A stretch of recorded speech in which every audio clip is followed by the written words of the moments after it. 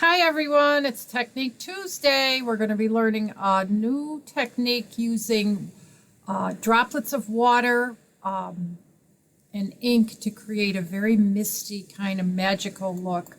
I'm going to switch right over so you can see it. There you go, so let's get started.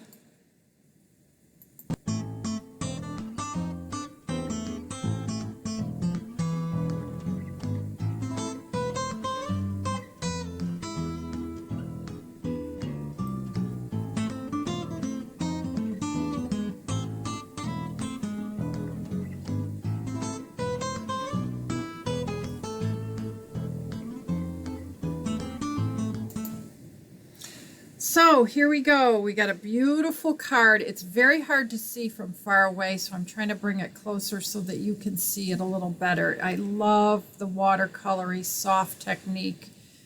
It's very poetic looking, and doesn't the writing look poetic too? So before we start, I promised to share with you cards from last week's swap that I did. So I thought I would share them with you, and I grabbed the wrong pile right off the bat. Here they are. I'm pretty sure they're still in the groups that they were supposed to be in. This is that piecing technique that we used last week, or maybe it was the week before, but look at how they cut it down, and they made this belt-like effect using new ribbon from the catalog and these little trinkets. I think they're really pretty. Adventure awaits. Isn't that pretty? Beautiful technique of distressing the paper to create an old world look. I love this Blossoms in Bloom. I haven't used it yet, but I've played with it a little bit. So I guess I have used it. I just haven't shared it with you. The stamp set should look familiar, touches of texture. Well, there's the ribbon that was in the other card, so I do know that that's a new ribbon. And this looks like Bumblebee and some of the new papers that we have. I love this little bird set. This little cutout is just so cute. And it looks like he's just nestled in a little scene of greenery. Very pretty card. More of the Forever Fern paper and Tasteful Touches. This one should look familiar because this was my card from the swap. We did this last week. It was a collage card. And beautiful framing work. And I just thought this card was super pretty the way it opened up into what they call that a gatefold. So there's some beautiful cards from that swap. In case you don't know what a swap is, I did sort of explain it yesterday. It's you make a certain number of cards and then you exchange them with the persons that are involved in the swap. So I made 12 cards and I got 9 different cards back plus my own. Because there are 2 people that host the swap, they always make us amazing little gifts. Look at this beautiful little box that I got from the swap. And I can just stick some pencils and things in it, and it can just stand there and be useful. It's so pretty, and it shows off our new designer series paper in such a nice way. Thanks, Maria and Debbie, for that. Yesterday I showed you the box and some other cards, and this card I am already working on for the swap. So you're going to be helping me today by making this card because I have to make 10 more. So what do we need for that card? Everything's listed here. My name is Virginia Kilmore, and you can always reach me at vkilmore@gmail.com. You can also leave me a comment or share this if you are enjoying it. It helps me if you share with people that like stamping, because some of them start to follow, and I'm trying to build my business online.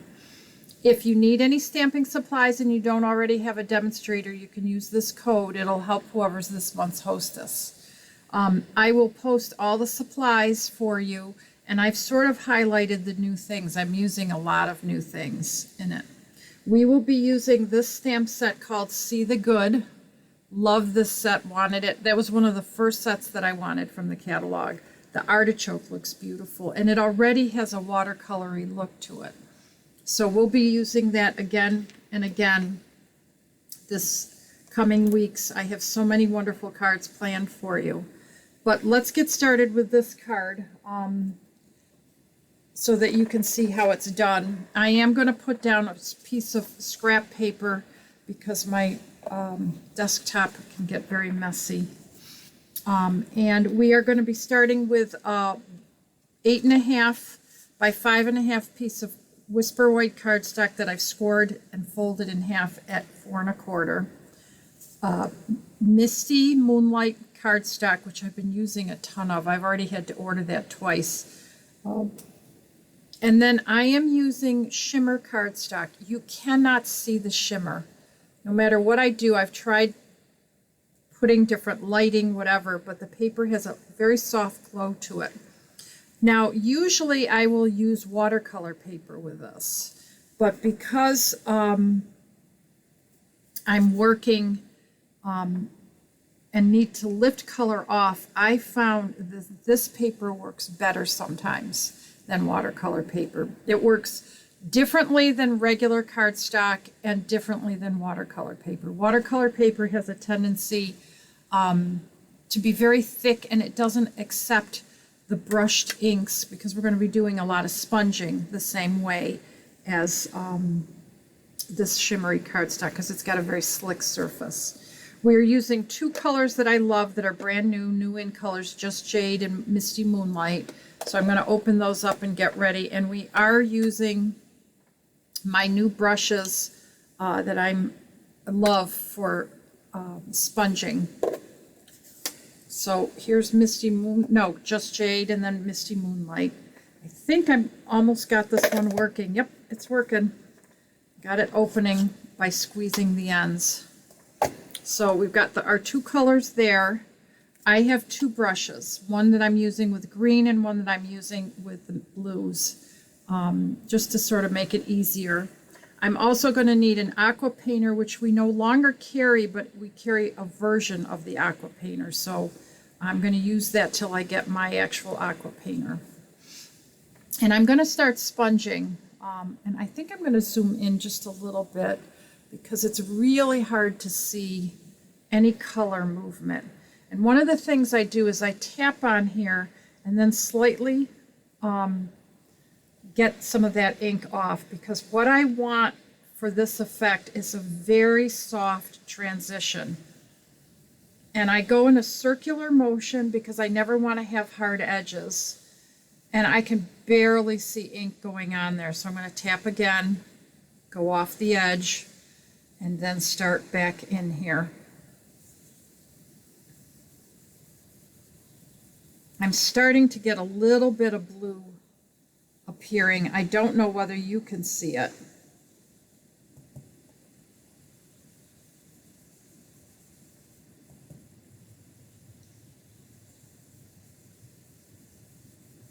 But I'm building color by building layers of color.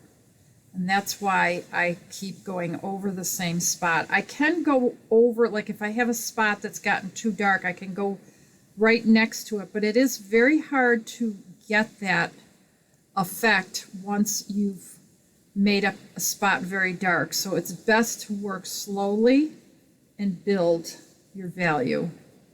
Brayering is another way. The problem with brayering is that I can't get a thin strip like this. So that's why I'm working in a circular fashion with a sponge that's just the right size. And this isn't actually a sponge. This is actually a brush. They call these makeup brushes. And I'm almost to the point where I'm happy. Okay, so I got my little band that goes across, that's my lake. And now I'm going to work with Just Jade, and I want to really make sure I tap off first, because I noticed that the Just Jade, because it's brand new, is very dark. So I don't want to have lines right off the bat. And again, I am sponging or brushing on very softly. And I always pounce off the table, off the surface the first time, because I don't want to have, you know, little hard spots. This is what happens if you start. You see that big old ugly blob? I don't want that. I want a very soft transition between the colors. And I'm going to go into the blue a little bit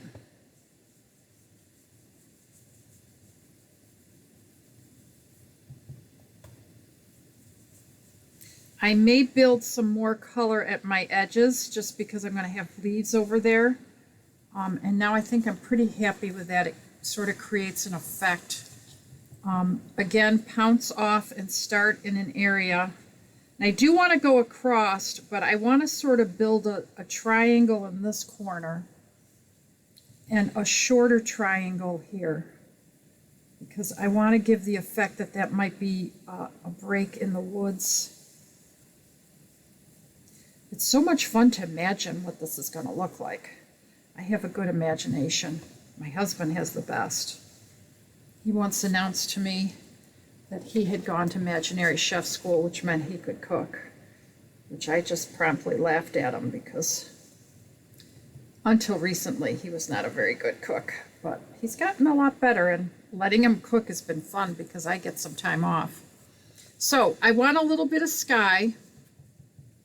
I'm going to be very, very careful with how much blue I put in there. I really want to focus on the lake. I want the blue to be very subtle in the sky, just so that when I put some droplets in of water, you'll see it. But I want that to stay very, very light. I'm going to pick it up and try to hold it up so you can see what's going on. It's very, very subtle. I can always add more color later, but I can't take color off. So I'm going to start now creating my edge of my water line right there. And I do that by taking my aqua painter and getting it nice and wet and just running it across like that. And then I'm going to take a tissue and just drag it across because I want that color to come off. Now I'm going to wet my aqua painter really good. And this time I'm going to take a stick, or in this case my bone folder, and just slap it down, hoping that water is coming out. If it's not, I can squeeze more water out and pick it up. And now that is coming. I can see little droplets falling.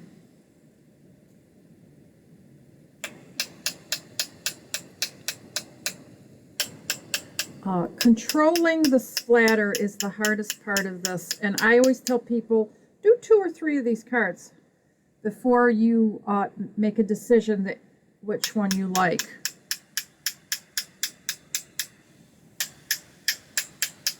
Okay, I'm going to lift some of the color off.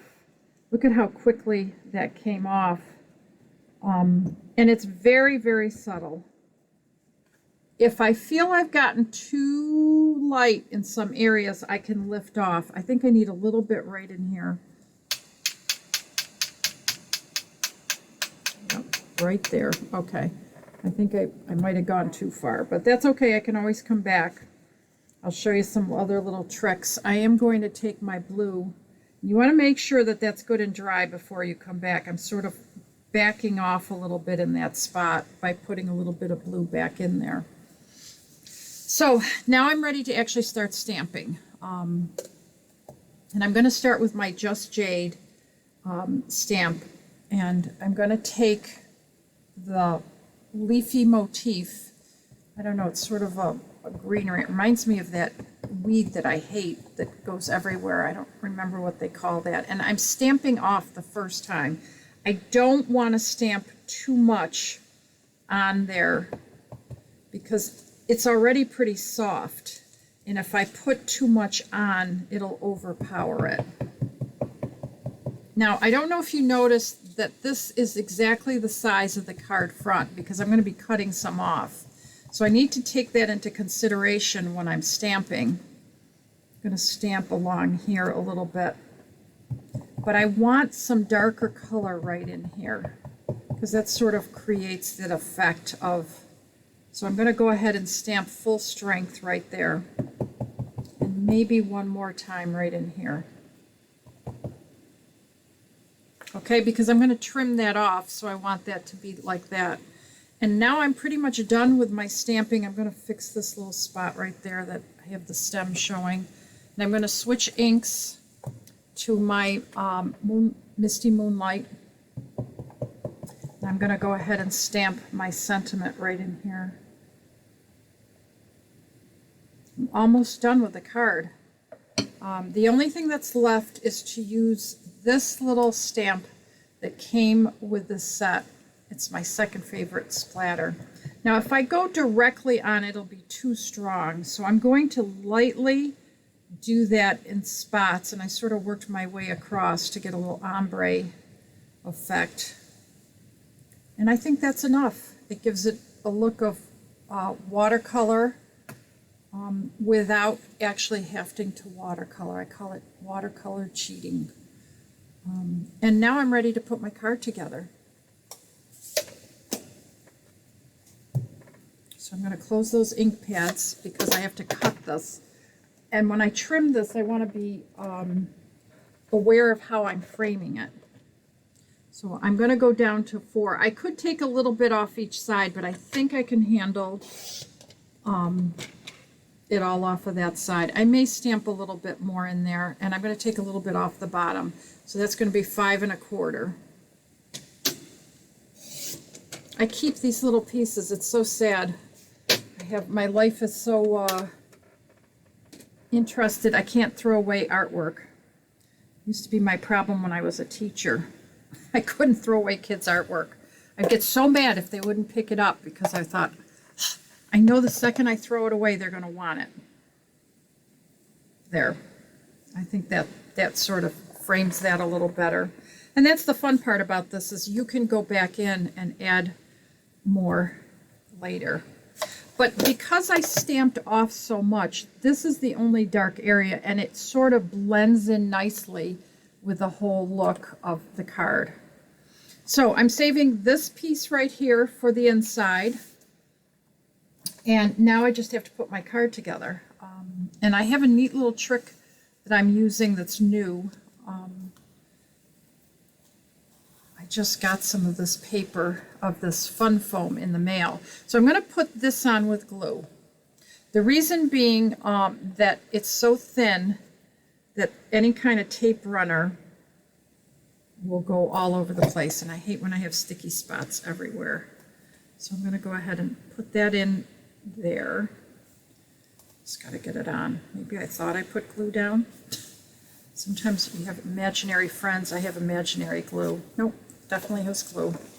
Now I can go ahead and put my Misty Moonlight piece on.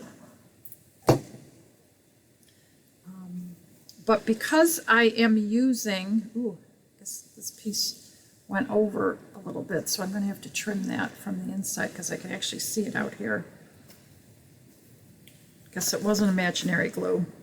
I'm going to show you a little trick that I use when I overstep my, or have glued something down too quickly. Usually if it's not too well down, I can lift it off, and it looks like I was able to. So I'm just going to put a new batch of glue. And now try to line it up so that it's actually with the edge of the paper. And the best way to check that is to look over this edge. Okay, now that should not show, and it doesn't. Yay! So I was able to fix that by just lifting my pokey tool. That's why I love that tool. I use it all the time. So with this card, I don't know if you can see, I have a little bit of lift with it. And usually I would use 10 Godzillion Stampin' Dimensionals. But the problem with that is it never quite sits right. So I bought something called Fun Foam. A lot of people use it with kids. They cut them out. They make really interesting little shapes. Got this little glue dot on here that I think is just going to cause trouble, so I'm going to get that off. I cut it up into 3 3/4 by 4 inches so that I can put it underneath the card and it'll lift it off, but it's not going to show.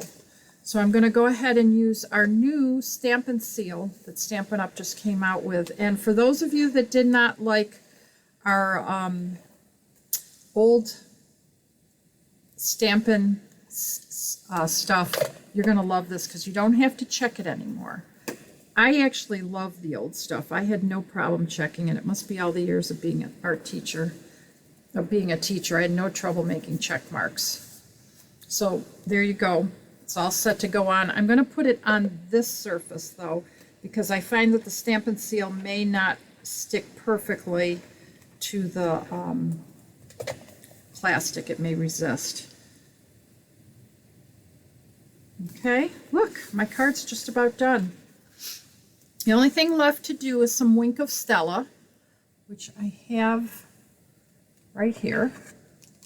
And I'm going to shake it up, and I'm just going to sort of run it across. Now, what you don't want to do is go back and forth a lot. You want to just put a tiny bit and move on, because if you start playing with it too much, you're going to have all kinds of messed up paint work that you did. And then the last thing is these Artistry Bloom adhesive back sequins. Oh my God, how I love adhesive back sequins. I think they should have invented this years ago. No trying to drop the glue and try to get it in the right spot. And there's my card. It's very simple, very technique oriented, and to me it has an Asian feel to it. It's very nature inspired. So I hope you enjoyed. I hope to see you tomorrow, and have a great day. See you tomorrow at 1.